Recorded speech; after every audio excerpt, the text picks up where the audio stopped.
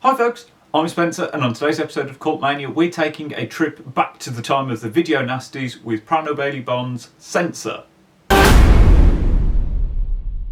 Now, as you may guess, Censor follows a film censor in 1980s Britain. That censor in this case is Enid, played by Niamh Algar.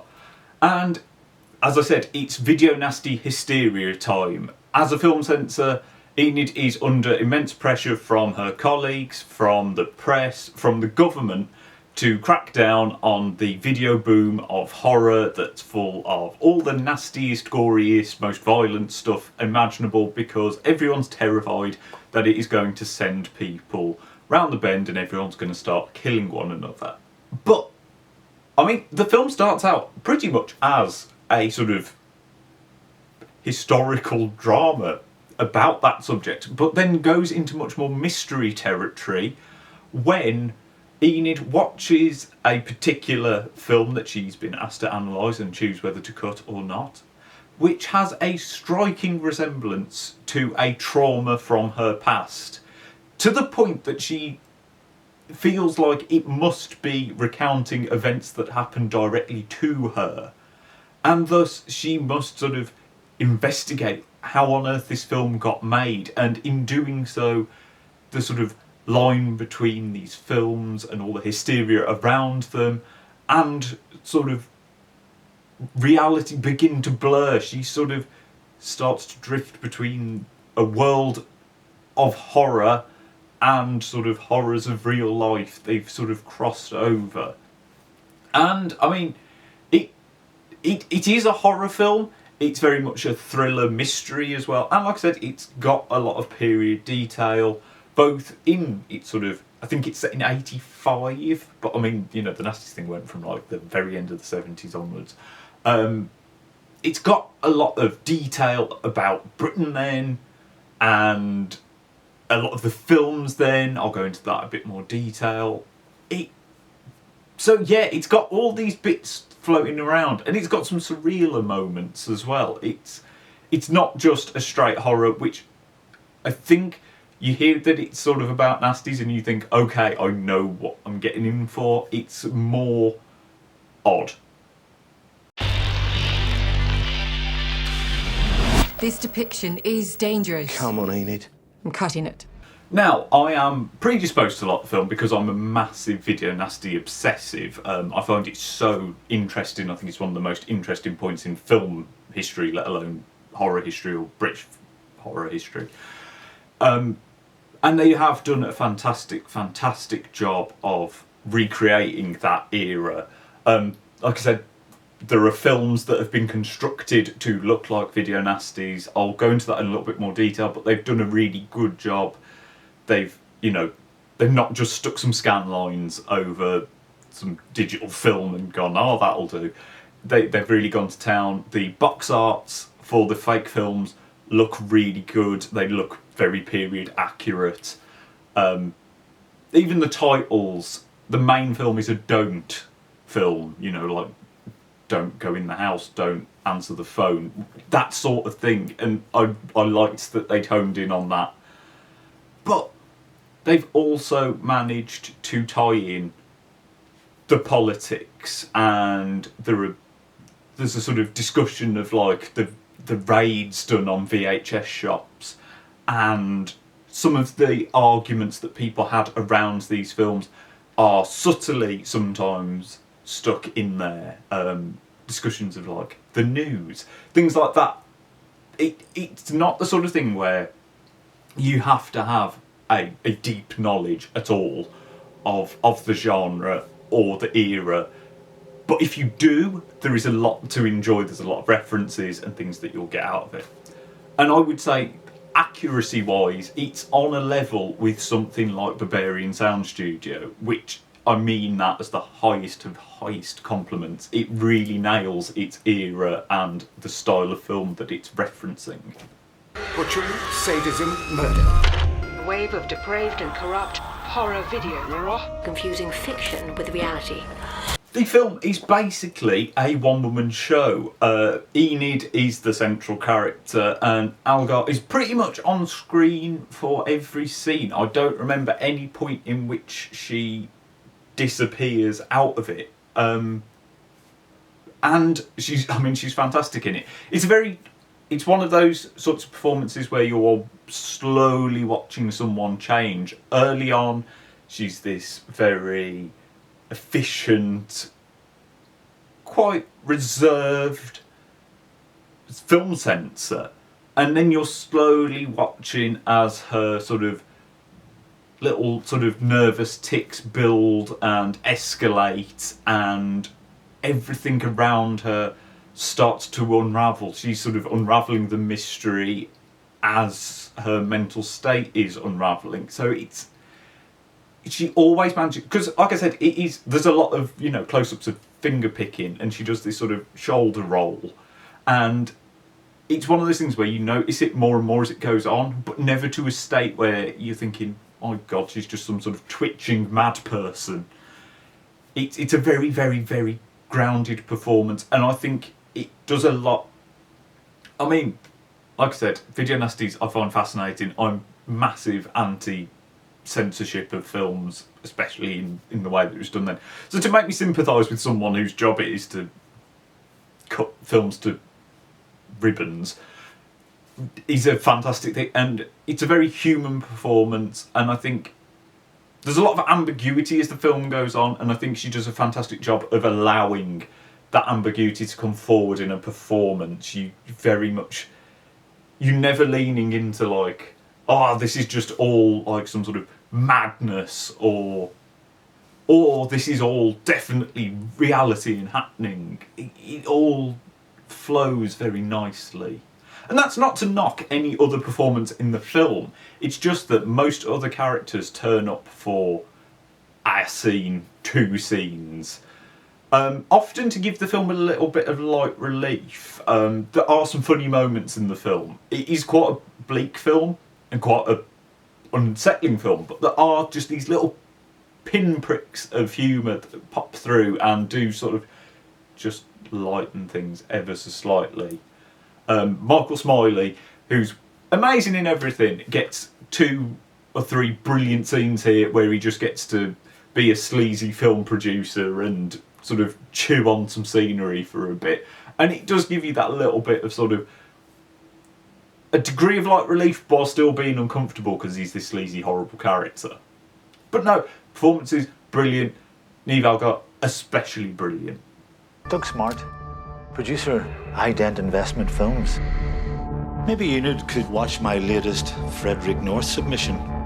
Wanted a woman's eye on his film. The film looks very good. As I said, it's captured a very good period detail. Cinematographer Annika Summerson has managed to, like I said, in the horror sequence, the video nasty sequences, she's really nailed the look. The way that the camera was perhaps had, like, the camera wasn't positioned in quite the way that you would do it in a sort of proper film. They've managed to capture that sort of slightly off, slightly not brilliant way of filming things that looks like someone really tried. They just didn't get what they were going for those sequences. It sounds weird to say that a cinematographer's done a brilliant job because they've managed to make something look not great. But they have. I mean, the opening bit has a very Evil Dead look about it, and they've really nailed the cinematography of that era. There are bits where the light goes sort of very Euro influenced, but outside of those bits it still looks very good. You get these very dreamy sort of long tracking takes where the camera sort of drifts around, and again it sort of gives you that, is this all happening? Is this reality? Are we asleep? Is this some sort of hallucination? That manages to capture reality. And it's when elements like that lighting, that sort of blue and red lighting that you get from you know, like a Bava or Argento film that were banned, that starts to creep slightly subtly into the visuals of the film. That works so incredibly well. And it is, you know, it's a very dark film. It's a very you know, it looks gritty and like that sort of crappy Thatcher era Britain. It's got that grunginess in there while still managing to look really nice at times.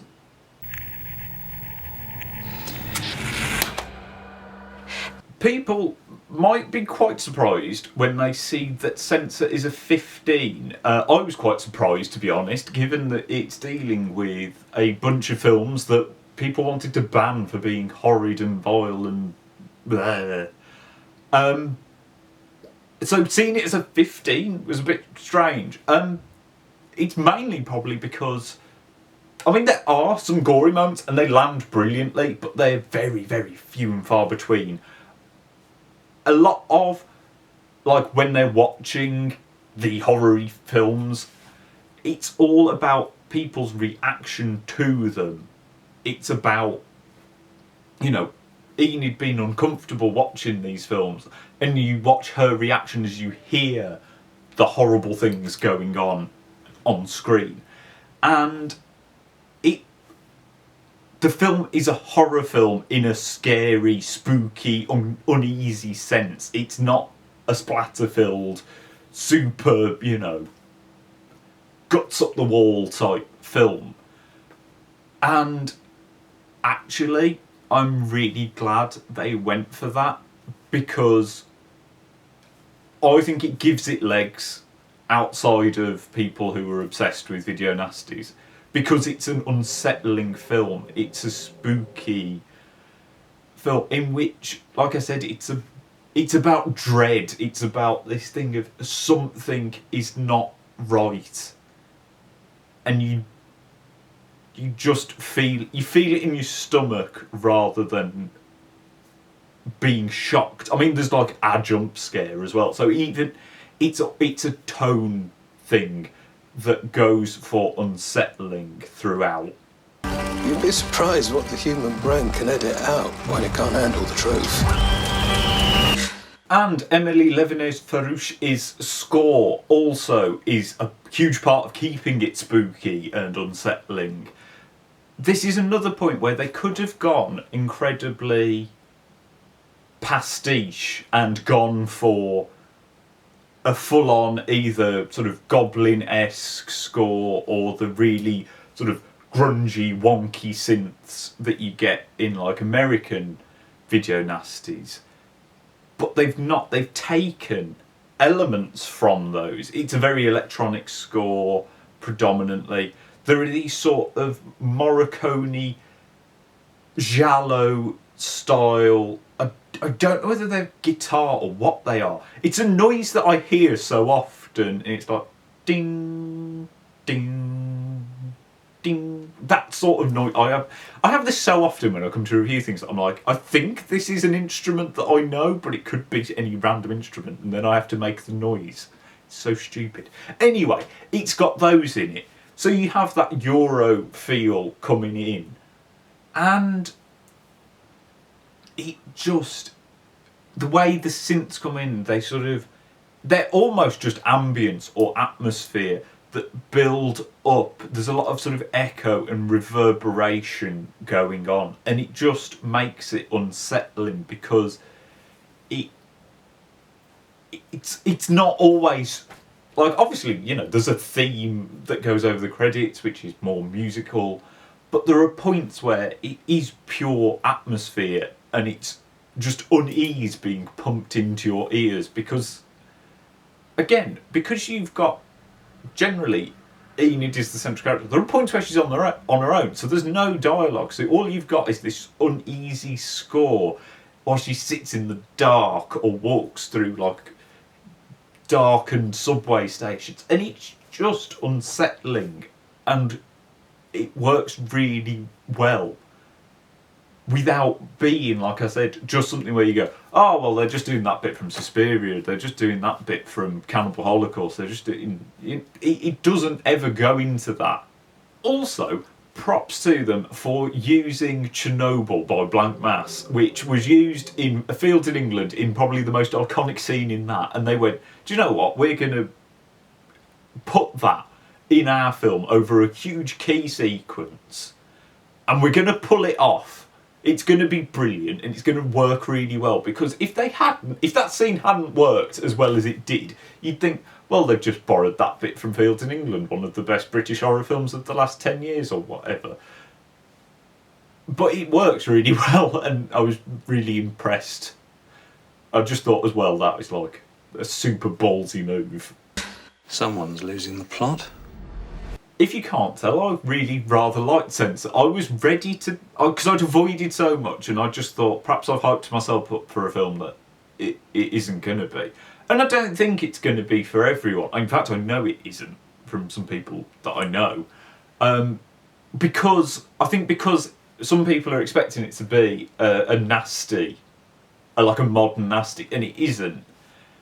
But it is bloody scary. It takes quite a lot for me to find a film unsettling, and this did it. It really actually managed to unsettle me, and there's a lot in it.